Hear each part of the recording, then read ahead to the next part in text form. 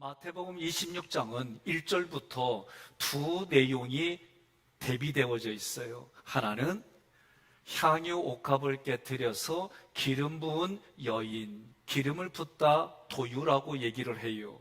기름 부은 사건과 가룟 유다의 배신 사건을 서로 대비해서 기록했습니다.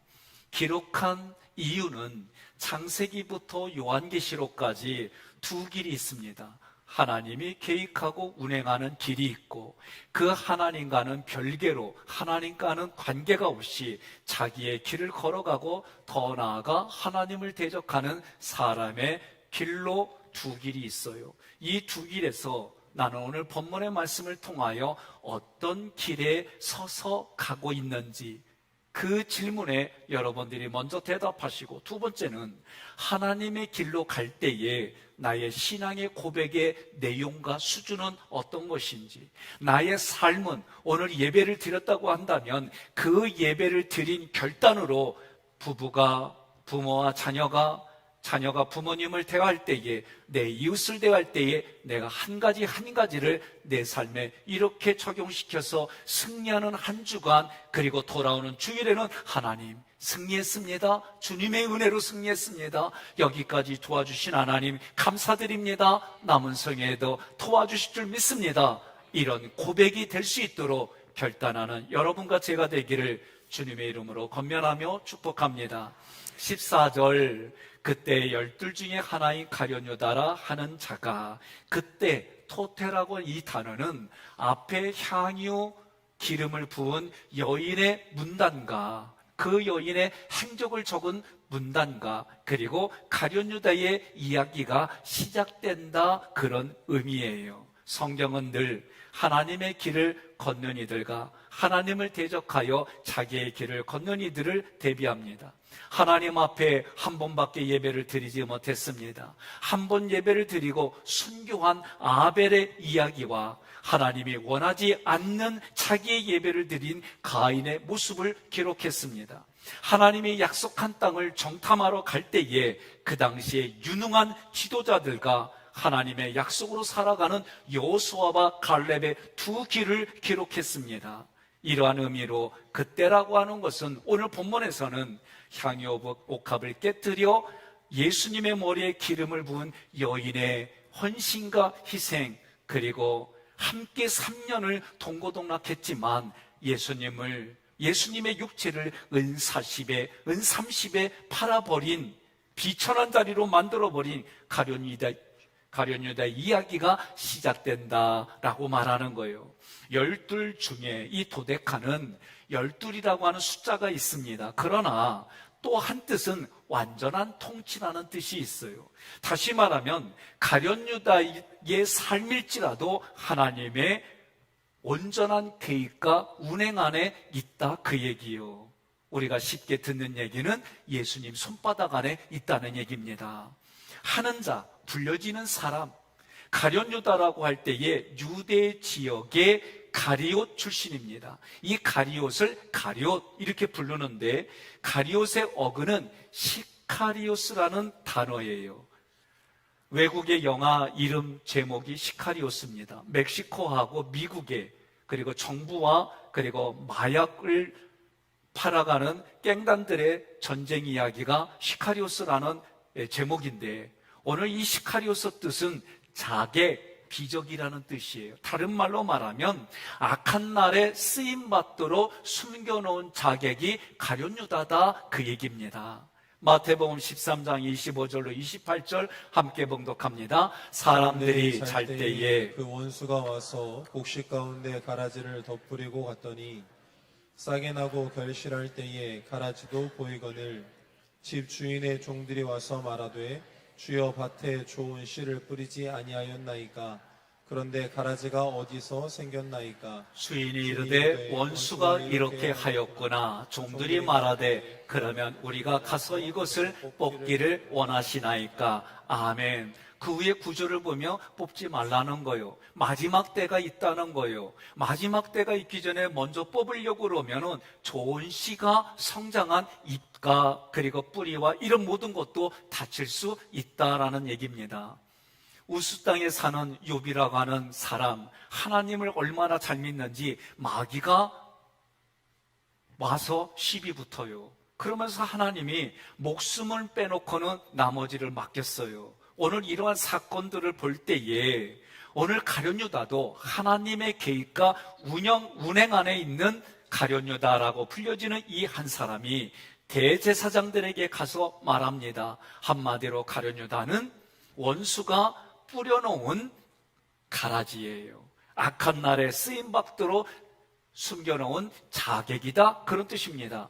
두 번째 구절에 대제사장들에게 가서 말하되, 대제사장에로 가서 이 가다포리오는 특별한 의도를 가지고 가는 거예요. 그런데 문법을 보니까 과거 수동티포예요. 수동티포는 타인에 의해서 적극적으로 행하는 모습을 말합니다. 다시 말하면 하나님께서 과거에 계획한 것이 지금 가룟 유다를 통해 일어나고 있다라고 우리는 해석하는 거예요. 이러한 해석을 할 때 두 가지 관점입니다. 여러분과 저는 살아갈 때에 육신이 부대끼고 마음의 생각과 감정이 부대끼고 그래서 희노애락이 생기는 현장을 살아가요. 그럴 때 첫 번째 관점은 가룟 유다는 대제사장들이 예수를 잡으려는 계획을 알고 그들에게 갔습니다. 한마디로 말하면 육체와 그리고 영적인 것을 모르는 마음의 수준까지 가지고 있는 관점이에요. 두 번째는 영적인 이유입니다. 우리는 하나님의 의도를 알지 못하기 때문에 하나님께 기도하고 말씀을 통해 깨달아진 대로 우리가 신앙생활하는 거예요. 영적인 이유에서는 마귀의 제안을 받아들였다는 거예요. 요한복음 13장 2절 함께 봉독합니다. 마귀가 벌써 시몬의 아들 가룟 유다의 마음에 예수를 팔려는 생각을 넣었더라. 아멘. 그러니까 오늘 우리 삶에 보여주는 이런 행동들은 내면에는 영적인 일들도 연계해서 우리가 경계하고 깨달아진 대로 하나님께로 다시 돌아오고 이런 인생을 살아야 되는 거예요. 제가 어려서부터 교육받은 게, 할아버지한테 교육받은 게 뭐냐면 너는 충렬공파 248대 손이라는 거예요. 아내가 이런 얘기 좀 하지 말라고 그러는데 저는 중요하기 때문에 얘기하는 거예요. 그러면 이런 얘기를 들을 때마다 제가 알고 있는 파는 쪽파, 양파, 대파밖에 몰라. 그런데 충렬공파는 정말 몰라요. 그런데도 이 이야기를 할아버지한테 들었을 때 내 마음 안에 가지고 있는 정신, 스피릿, 가치는 내가 뼈대 있는 집안이구나. 그래서 네가 어떤 상황에 있대도 뼈대 있는 집안의 자손답게 살라는 거예요.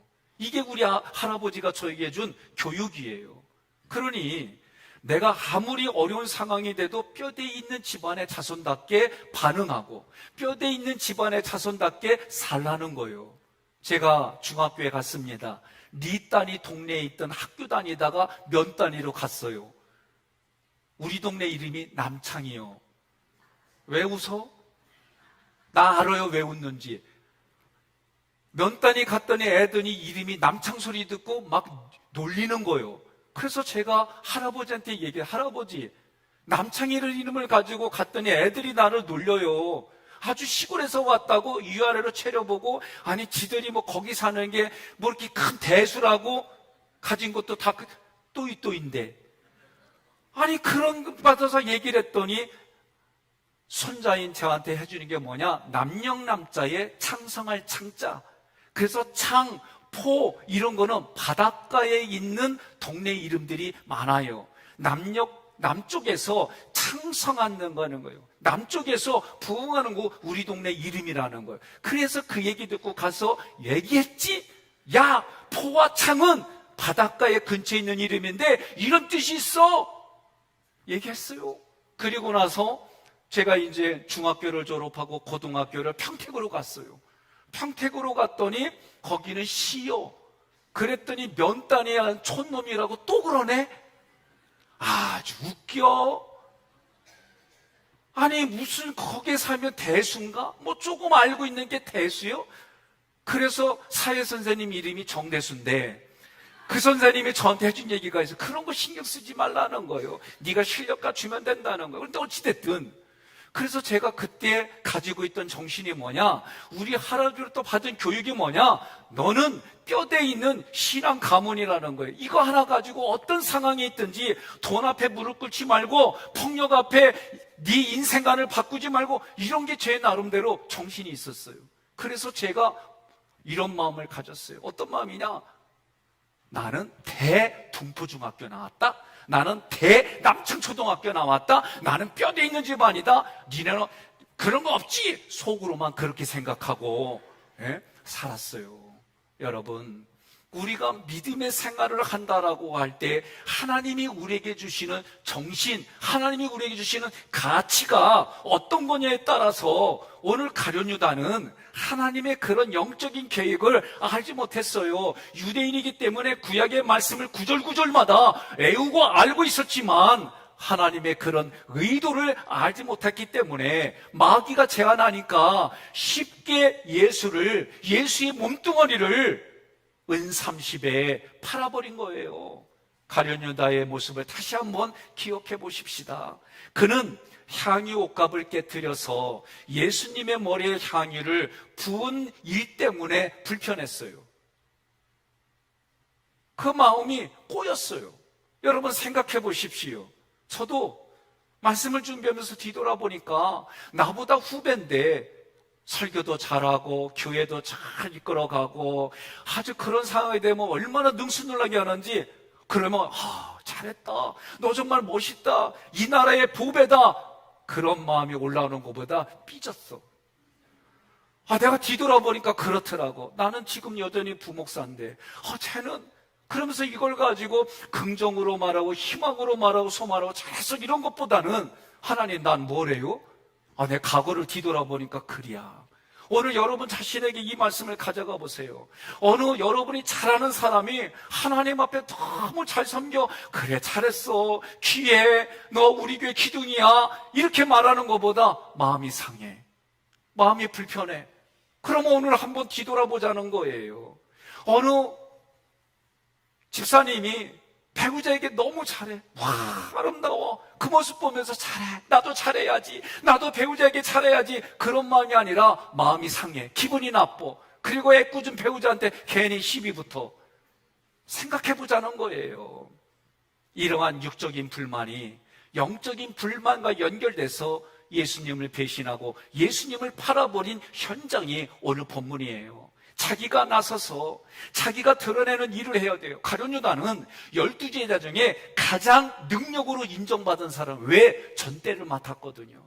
이 전대를 맡았다는 건 아무에게나 맡기는 게 아니에요. 그 정도 능력, 성경에 보면 능력 있는 사람들이 다 하나님 앞에 대적하는 자리에 서버렸어요. 왜 그럴까요? 그 내면에는 자기를 드러내는 이 일을 버리지 못했기 때문에 그래요. 결국은 자기가 나서서 그 향유 옷값도 주관해서 해야 되는데 그렇게 하지 못한 원망과 불평이 가룟유다에게 있었습니다. 이러한 감정과 생각들이 예수님께 멸망당할 마귀의 지배하에 들어가는 틈이 되었습니다. 성경은 말합니다. 에베소 4장 27절에 마귀에게 틈을 주지 말라. 이 틈은 발가락으로 닿을 수 있는, 발가락으로 지탱할 수 있는 그런 조그만 틈이지만 우리 내면에는 원망과 불평이 이 틈에 기회를 제공하는 틈이 되어버립니다. 우리는 마귀에게 틈을 주지 말아야 됩니다. 가룟유다가 대제사장들에 가서 말한 내용은 이미 구약에 기록되어 있는 내용대로 진행되어지는 거예요. 스가랴 11장 12절로 14절 교독합니다. 내가 그들에게 이르되 너희가 좋게 여기거든 내 품삯을 내게 주고 그렇지 아니하거든 그만두라. 그들이 곧 은 30개를 달아서 내 품삯을 삼은지라. 여호와께서 내게 이르시되 그들이 나를 헤아린 바 그 삭슬 토기장이에게 던지라 하시기로 내가 곧 그 30개를 여호와의 전에서 토기장이에게 던지고 내가 또 연합이라 하는 둘째 막대기를 꺾었으니 이는 유다와 이스라엘의 형제의 의리를 끊으려 함이니라. 아멘.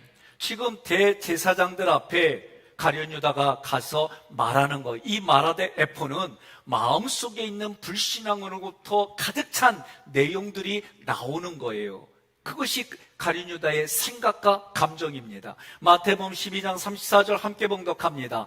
독사의 자식들아 너희는 악하니 어떻게 선한 말을 할 수 있느냐? 이는 마음에 가득한 것을 입으로 말함이라. 아멘. 마음에 가득한 것이 나오기 때문에 성경은 하나님의 사람들에게 너희는 마음과 뜻과 힘과 정성을 다하여 주 너의 하나님을 섬기라. 여러분 동의하십니까? 이거를 레이기를 준비하다 보니까 이 말 뜻이 번제의 뜻이에요. 번제는 내 모든 것을 거는 거예요. 다시 말하면 오늘 여러분들이 이 예배를 드릴 때에 나의 모든 것을 여기에 다 거는 거예요. 도박으로 말하면 내 가지고 있는 모든 재산을 여기 패에 건 거예요. 그 패가 무슨 패요? 예수 패.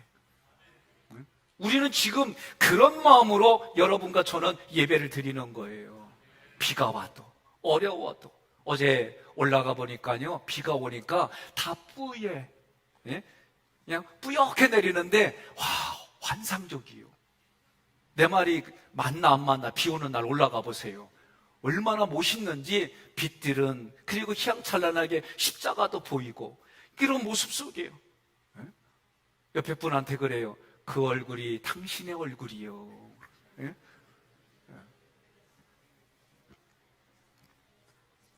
지금 가룟 유다의 마음속에는 마음에 있는 것이 밖으로 나오는데 15절 내용을 보니까 내가 예수를 너희에게 넘겨주리니 얼마나 주려느냐 하니, 이때 내곡하고는 대등접속사예요. 1인칭 대명사보다도 더 자기를 강조하는 거예요. 어떤 강조냐? 내가 이런 노력을 했다. 근데 그 노력이 뭐요? 예수의 목숨을 너희에게 넘겨주겠다. 유다가 제사장들과 예수님의 몸값을 흥정하려고 내가 이런 역할을 했다. 내가 이런 주도권이 있다. 그러는 거예요. 보다 높은 가격을 받으려고 자기가 애쓰고 노력한 것으로 자기를 내세우는 거예요. 여러분, 우리가 말끝마다 내가. 그래서 요새는 유행하는 단어가 나 때는, 예, 이거를 조금 더 세게 얘기해서 라떼라고 얘기를 한대요. 예? 나 때는. 예. 그래서 나 때 하면은 젊은 사람들은 꼰대라고 부른대. 그래서 내가 그 얘기하는 사람에게 얘기했지. 너도 젊은 꼰대요. 예? 어찌됐든 자기가 주어가 됐어요. 자기의 능력을 얘기를 해요. 나 아니고서는 안 된다는 사고를 가지고 있어요. 그래서 지금 가룟 유다가 뭐라고 하느냐? 나 역시 너희들과 같은 생각이야. 예수를 죽이려는 생각에 나도 함께 동참하겠어. 그러니 예수를 넘겨줄 테니까 그에 상응하는 돈을 나에게 달라고 말하는 겁니다. 넘겨주리니 파라디돔이 전수하다라는 뜻이에요. 본문에서는 미래의 기회를 봐서 너희에게 예수를 넘겨주겠다. 나에게 예수의 목숨값으로 얼마 주기를 원하느냐? 이렇게 해석하는 거예요. 중요한 게 있습니다. 넘겨준다는 것은 지금 가룟 유다는 사실 이걸 넘겨주는 게 아니에요.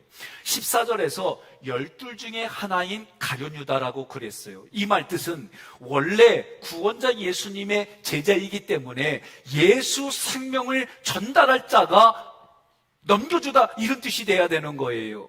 예수님을 나의 그리스도로 섬겼습니다. 하나님의 아들로 섬겼습니다. 참 진리를 전수받아서 다시 넘겨줘야 할 제자로 살았습니다. 복음의 말씀을 넘겨줘야 할 사람이 가룟 유다입니다.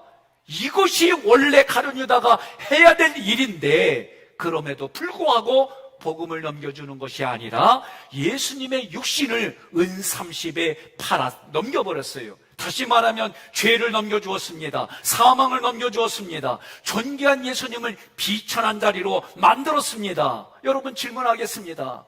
여러분들이 가는 곳곳마다, 그것이 가정이 됐던, 부부가 됐던, 부모와 자녀의 자리가 됐던, 직장이 됐던, 학교가 됐던, 이웃이 되었던, 내가 가면은 존귀한 자리를 만들어냅니까? 내가 가는 곳이 존귀한 자리가 있고 존귀한 사람을 만나도 그 존귀한 자리와 존귀한 사람을 비천한 자리로 만들어내는 역할을 합니까? 오늘 말씀을 통해 우리에게 던져지는 질문이에요. 나는 내 남편에게, 내 아내에게 존귀한 자로, 존귀한 사람으로, 존귀한 배우자로 대우하고 있습니까?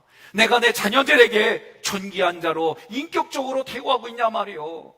내 부모님에게 여기까지 나를 만들어주시고 여기까지 나를 위해 애써주신 부모님 앞에 존귀한 자리로 여러분 태하시냐 말이요. 존귀한 자리, 존귀한 차로 죽었어도 그걸 비천한 자리로 만들어주는 가룟유다와 같은 삶을 사지는 않았는지 오늘 말씀을 통해 뒤돌아보라는 거예요. 그래서 예수님이 그런 자리에 있는 우리들에게 하시는 말씀이 미혹을 받지 않도록 주의하라라고 말씀하는 거예요. 마태복음 24장 24절 함께 봉독합니다. 거짓 그리스도들과 거짓 선자들이 일어나 큰 표적과 기사를 보여 할 수만 있으면 택하신 자들도 미혹하리라. 아멘. 할 수만 있으면 하나님께 택함 받은 자까지 흔들어 버린다는 거예요. 할 수만 있으면 흔들어서 하나님께로부터 돌아서게 만들어 버린다는 거예요. 가룟유다처럼 순간순간 자기의 옳고 그름으로 평가하고 택하면 끝은 전혀 다른 곳에 다다를 수가 있습니다. 저도 평생을 옳고 그름으로 살아왔어요. 그런데 이 옳고 그름이 항상 어느 자리에 있든가지 흔들리지 않는 기준이 되느냐? 그렇지 않아요. 오늘 우리는 내가 배운 만큼, 경험한 지식만큼 그것을 근거로 살아가는 이들이에요. 우리가 할 수 있는 것은 달콤한 말에 미혹을 받았다고 여러분들이 마음에서 인지되어지거든 회개하시면 됩니다. 이 달콤한 말로 인하여 내가 하나님 앞에 범죄했습니다. 회개하시면 됩니다. 우리가 할 수 있는 것은 회개하고 믿음의 주여 온전케 해주신 예수님만 바라보는 거예요. 예수님 바라보면 눈이 열립니다. 예수님 바라보면 귀가 열립니다. 예수님 바라보면 마음이 열립니다. 그럴 때 그 마음 안에 마음을 다하고 뜻을 다하고 힘을 다하여 주 너의 하나님을 사랑하는 거예요. 그 마음 때문에 여기까지 온 거예요. 생각해 보세요. 대부분 비 오면 좋아하지 않잖아요. 저도 비 오면 어떤 땐 귀찮아요. 근데 어제는 마음에 감동이 와가지고 기도하는 자리 또 가자 하고 올라간 거예요. 보니까 너무 비 오는데 너무 좋아요. 동서남북으로 한 바퀴 십자가 형식으로 왔다 갔다 하면서 하나님, 나에게 주신 인천입니다. 하나님, 이곳에 심령들이 하나님께로 돌아오는 그런 나라가 많아지게 해주세요. 그러면서 그런 기도하고 내려오는데 한쪽에서는 뿌듯한 거예요. 그러면서 내가 마음속에는 내가 예배를 준비하고 내가 예배를 100% 준비하려던 마음을 어디 내려놨어요. 하나님, 내가 준비할 수 있는 거는 여기까지예요. 남은 그 힘은 하나님이 해주세요. 그 힘으로 하나님 오늘 예배드리게 해주세요. 그랬더니 오늘 미가엘 성가대 소리가 다르게 들려. 희한해. 에? 그리고 오늘 5분이 예배를 드리는데 2부 때도 한 분도 안 움직이더니 나는 갈 줄 알았더니 그대로 앉아 계시네. 이런 게 자꾸 보여. 왜 그럴까? 저는 다른 게 없다고 봅니다. 하나님께 의지하고 하나님께 위탁하고 하나님의 힘으로 하려고 했더니 보이지 않던 게 보이고 들리지 않던 게 들리고 내 마음에 열리지 않던 게 열리는 거예요. 여러분, 제가 요새 레이기를 준비하잖아요. 레이기를 준비하는데 화목제라고 하는 거는 하나님과 화목하고 이웃과 화목하는데 그 중심은 뭐냐면 번제와 함께 화목제를 드리고 소제와 함께 화목제를 드리기 때문에 화목제는 쉬운 게 아니에요. 다시 말하면 내가 누구든지 용서할 마음이 있느냐고 물어볼 때에 예스 하는 게 화목제예요. 이게 쉽냐고요? 어려워요. 그래서 이런 상황이 벌어지지 않도록 하나님 앞에 내가 모든 사람을 대하여 예수님 대하듯이 어렵고 힘든 일이 있어도 그 어렵고 힘든 일을 비껴가며 그런 상황이 오지 않도록 애쓰는 이런 삶이 그 삶의 모습을 가지고 와서 예배 드리는 게 오늘 여러분의 예배예요. 네? 비가 오니까 힘드니까 어떻게 해요? 예배 드리지 말아야지 그러잖아요. 뭐 이렇게 어렵게 해. 줌으로 드리면 되는 걸. 막 이런 마음들이 있잖아요. 그런데도 그거를 뚫고 여기까지 오셨어요. 그래서 어떤 분은 그래요. 비가 안 오면 온다고. 그래서 비가 안 오고 쨍쨍 치니까 삭신이 쑤신다, 이제는. 그러니까 내가 핑계를 대고 이유를 찾으면 계속 마음에서는 하나님께로 돌아서고 하나님께로 가까이 올 수 없는 일들을 내 마음속에 자꾸 생기는 거예요. 그런데 그게 영적으로 보면 마귀가 나한테 제안하는 거예요. 그 제안을 여러분들이 거절하는 게 여러분 그게 거룩이에요. 죄와 싸워서 이기게 해주는 게 거룩이에요. 그런 마음을 가지고 이 자리에 온 여러분들은 내가 하나님 앞에 번제로 모든 걸 다 걸겠습니다. 소제로 내가 최고의 가치를 하나님께 드립니다. 내가 누구든 용서한다는 이 마음의 삶을 가지고 이 자리에 왔습니다. 그런 자리가 예배의 자리요. 오늘 여러분들이 이 예배 자리에 앉아있는 그 모습이 하나님이 그렇게 봐주시는 예배 자리인 줄 믿으시기를 바랍니다. 두 번째 구절에 그들이 은 30을 달아 주거늘. 자, 은 30은요 가치 기준이에요. 다시 말하면 이 당시에 내가 키우는 소가 뿔이 있어요. 뿔이. 그래서 그 뿔로 다른 사람의 남종이나 여종을 뿔로 받았는데 죽었어. 그러면 죽은 노예의 값이 은 30이에요. 출애굽기 21장 32절 함께 봉독합니다.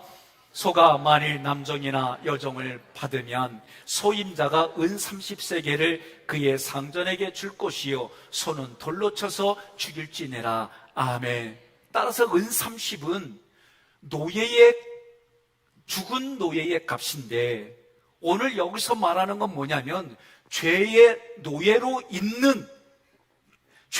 노예로 살아가는 그 사람의 목숨값이 은 30인 거예요. 여러분과 저는 무거운 짐을 지고 결국에는 비참하게 죽을 죄의 종로로 타는 노예예요. 그런 나의 몸값으로 예수님이, 죄가 없으신 예수님이 그 몸값을 대신해서 지불한 금액이 은 30이다라고 말하는 거예요.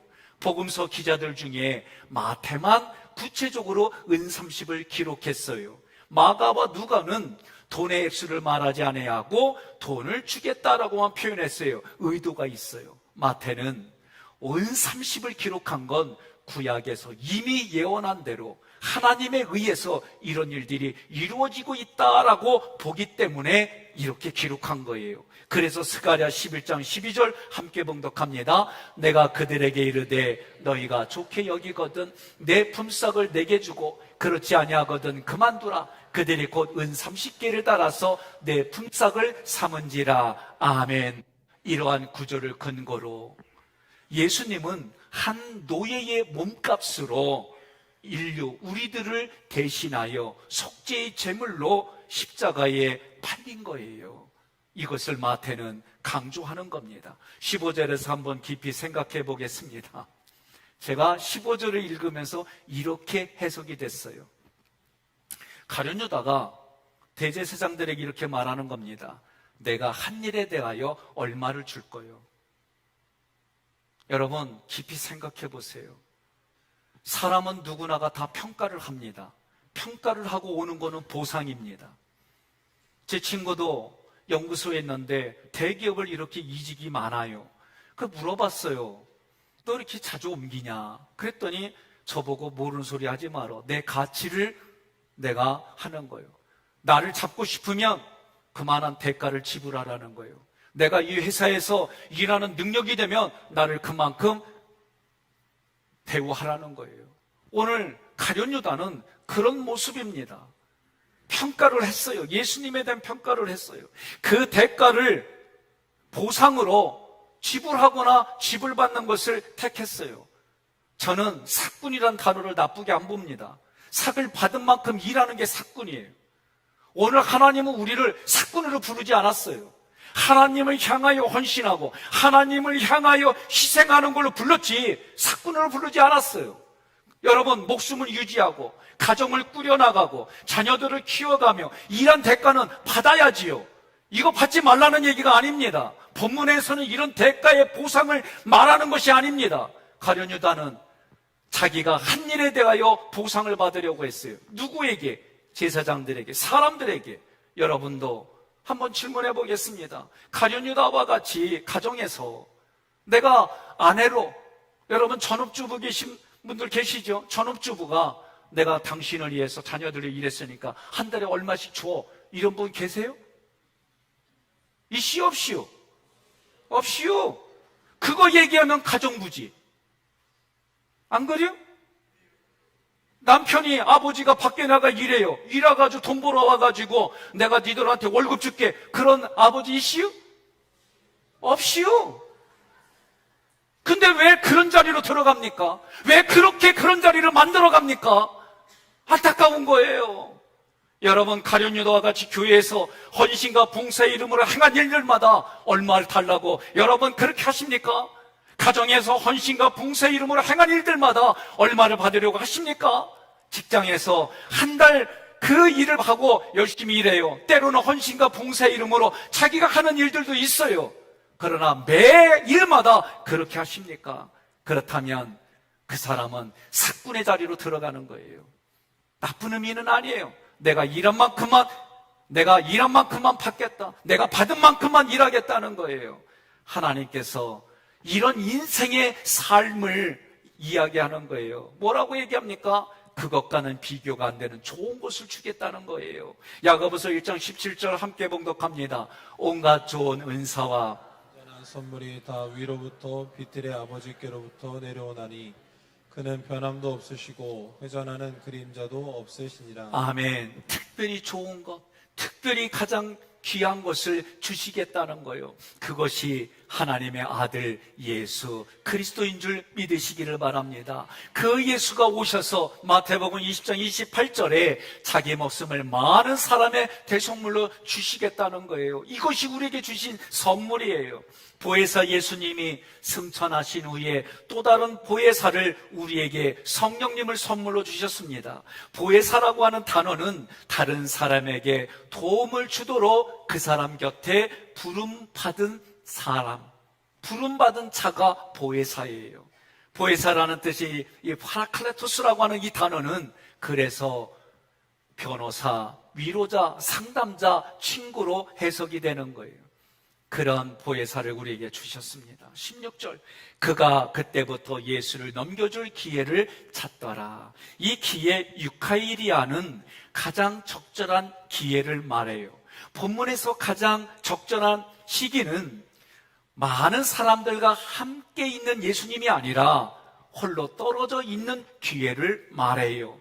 왜냐하면 예수님을 선지자로 스승으로 따르는 사람들이 많았어요. 그 사람들 앞에 예수님을 붙잡아서 죽이려고 하면 폭동이 일어날 수 있다고 염려했어요. 자기들의 신분과 자기들이 누리고 있는 것들이 하루아침에 다 날아갈 수 있기 때문에 예수님 혼자 있는 그 기회를 포착하는 거예요. 실제로 가룟 유다가 예수님께서 사람들과 떨어져 겟세마네 동산에서 기도하고 있을 때에 예수님을 넘겨줍니다. 그때 가룟 유다에게 뭐라고 그래요? 네가 계획한 대로 실행하라고 예수님도 얘기합니다.